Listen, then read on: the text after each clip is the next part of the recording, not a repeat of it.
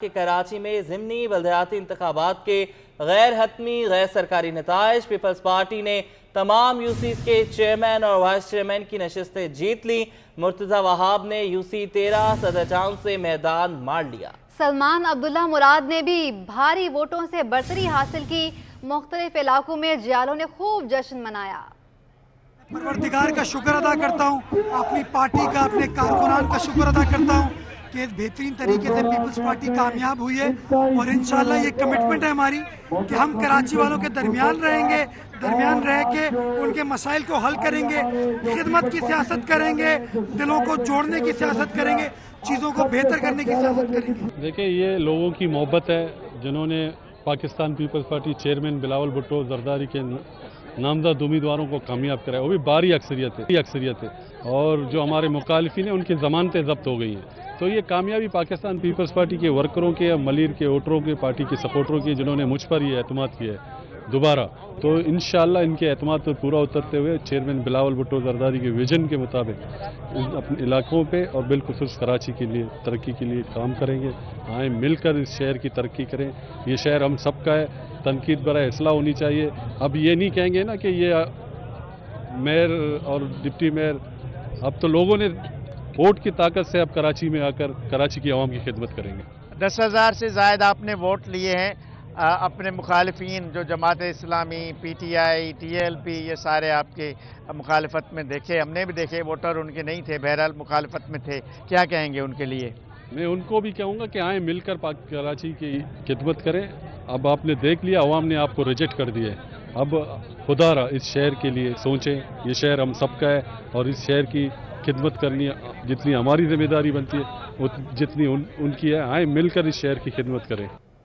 کراچی کے 5 اضلاع میں بلدیاتی ضمنی انتخابات میں پولنگ کا عمل پرامن طور پر مکمل ہو گیا۔ سیاسی جماعتوں کے کارکنان ووٹرز کو پولنگ اسٹیشن تک لانے کی کوشش میں مصروف رہے۔ سیکیورٹی اداروں کی جانب سے بھی فل پروف انتظامات نظر آئے۔ کراچی میں بلدیاتی ضمنی انتخابات 5 اضلاع کی 9 خالی نشستوں پر پولنگ مکمل۔ 3 چیئرمینوں، 2 وائس چیئرمین اور 4 جنرل کونسلرز کے ضمنی انتخاب کے لیے 121 پولنگ اسٹیشنز پر گہما گہمی رہی۔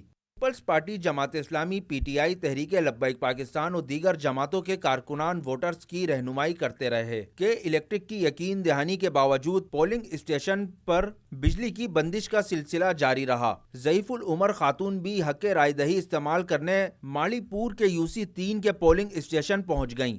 گزری پولنگ اسٹیشن پر جماعت اسلامی اور پی ٹی آئی کے کارکن آمنے سامنے آ گئے۔ دونوں پارٹیوں کے کارکنوں نے ایک دوسرے کے خلاف نعرے بازی کی۔ صورتحال پر پولیس نے قابو پا لیا۔ آئی جی سندھ پولیس رفعت مختار نے ضلع جنوبی میں پولنگ اسٹیشنز کے دورے کیے اور سیکیورٹی انتظامات کا جائزہ لیا۔ آئی جی سندھ نے سیکیورٹی پر اظہار اطمینان کیا۔ میئر کراچی نے یوسی 13 صدر ٹاؤن گجری کالج کے پولنگ اسٹیشن میں اپنا ووٹ کاسٹ کیا۔ بیرسٹر مرتضی وہاب نے کہا کہ گجری میں کامیابی حاصل کریں گے، ہمیں غیر مقامی کہنے والے ماحول خراب کر رہے ہیں۔ پیپلز پارٹی جماعت اسلامی اور پی ٹی آئی سے اکیلے لڑ رہی ہے۔ الیکشن کمشنر سندھ اعجاز انور چوہان نے کہا کہ پورے سندھ میں کہیں سے گڑبڑ کی کوئی اطلاع نہیں ملی۔ کراچی میں 5 اضلاع میں پولنگ ہو رہی ہے، جس میں ایک ڈسٹرکٹ ساؤتھ ہے۔ یہاں یوسی 13 میں خود آیا ہوں وزٹ کرنے کے لیے۔ آئی جی صاحب بھی میرے ساتھ موجود ہیں، اور ڈپٹی کمشنر بھی ہے، ایس ایس پی کنسرن بھی ہے، ڈی آر او صاحب بھی ہیں، اور میں نے خود وزٹ کیا پولنگ اسٹیشن پر اور پولنگ عملے سے معلومات کی ہے، بلکہ جو پولنگ ایجنٹ بیٹھے ہیں مختلف پارٹیز کے ان سے پوچھا ہے، تو الحمدللہ پولنگ کا پروسیس پرامن طریقے سے جاری ہے۔ ضمنی بلدیاتی انتخابات کے موقع پر سیکیورٹی کے لیے پولیس کی بھاری نفری شہر بھر کے پولنگ اسٹیشن پر تعینات رہی۔ کراچی سمیت سندھ کے طلباء کو 20 لاکھ کتابوں کی کمی کا سامنا ہے۔ سابقہ سندھ حکومت کی منصوبہ بندی کے سبب سرکاری اسکولوں کے لاکھوں طلباء کو نصف تعلیمی سیشن گزرنے کے باوجود درسی کتب کی فراہمی نہ ہو سکی۔ سندھ ٹیکسٹ بک بورڈ کی سابق ملازم نے گفتگو میں بتایا کہ طلباء کو تقریباً نصف تعلیمی سیشن تک مطلوبہ تعداد میں درسی کتب میسر نہ آ سکیں گی۔ صرف کراچی میں سرکاری اسکول کی سطح پر 2,35,000 سے زائد کتابوں اور اسٹیٹس کی کمی ہے۔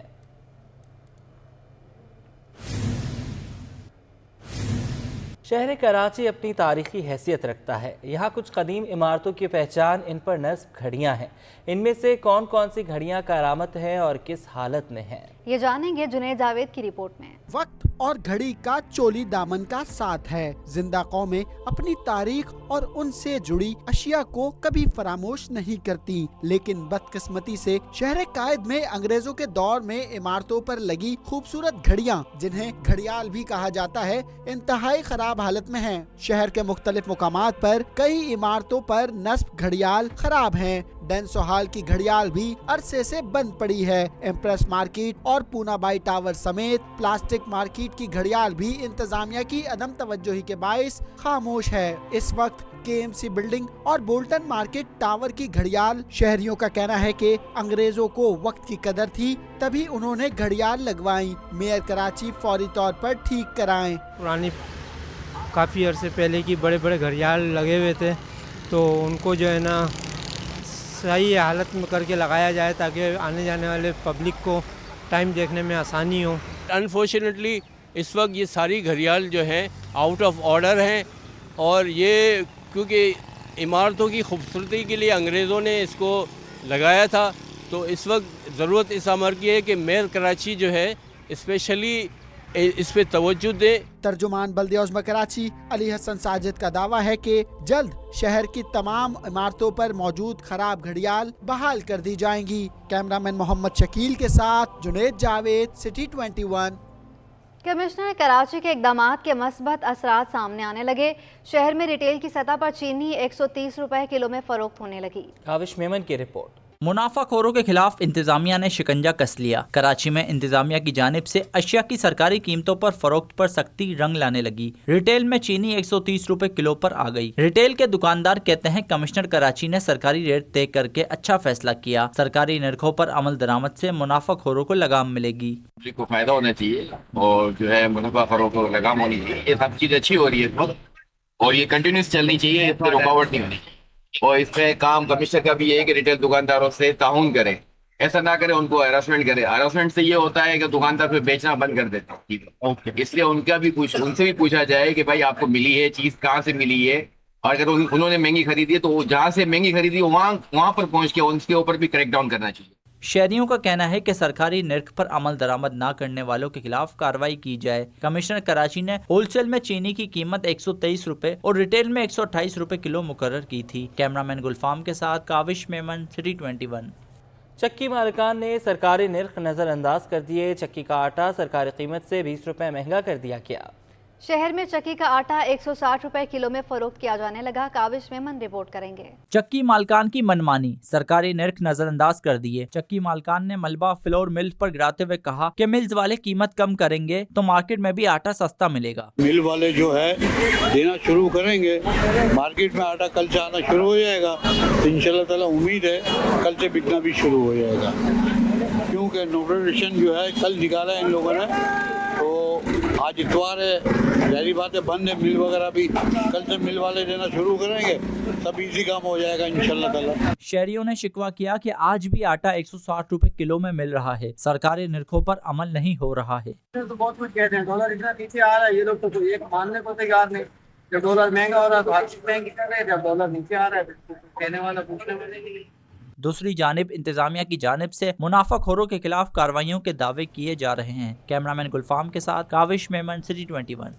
कराची में महंगाई का राज बरकरार है। अंडे भी आम आदमी की पहुंच से दूर हो गए। सरकारी नर्ख के मुताबिक अंडों की कीमत 290 रुपए दर्जन, जबकि दुकानों पर 340 रुपए दर्जन फरोख्त किए जा रहे हैं। आयमा खान रिपोर्ट करेंगी। मौसम सरमा के आगाज से कबल ही अंडों की कीमतें आसमान से बातें करने लगी। शहर में 15 से 20 रुपए में फरोख्त होने वाला अंडा तकरीबन 30 रुपए पर पहुंच गया। हालांकि सरकारी नर्खनामे के मुताबिक एक दर्जन अंडे की कीमत 290 रुपए मुकर्रर है। दुकानदारों का कहना है कि मुर्गी की फीड महंगी होने के बायस अंडों की कीमत भी बढ़ाई गई है। हमें भी अंडा सरकारी रेट के मुताबिक नहीं मिल रहा। जो मेन वजूहत हैं वो फार्मर ही हैं, वही बता सकते हैं कि क्यों महंगा बेच रहे हैं।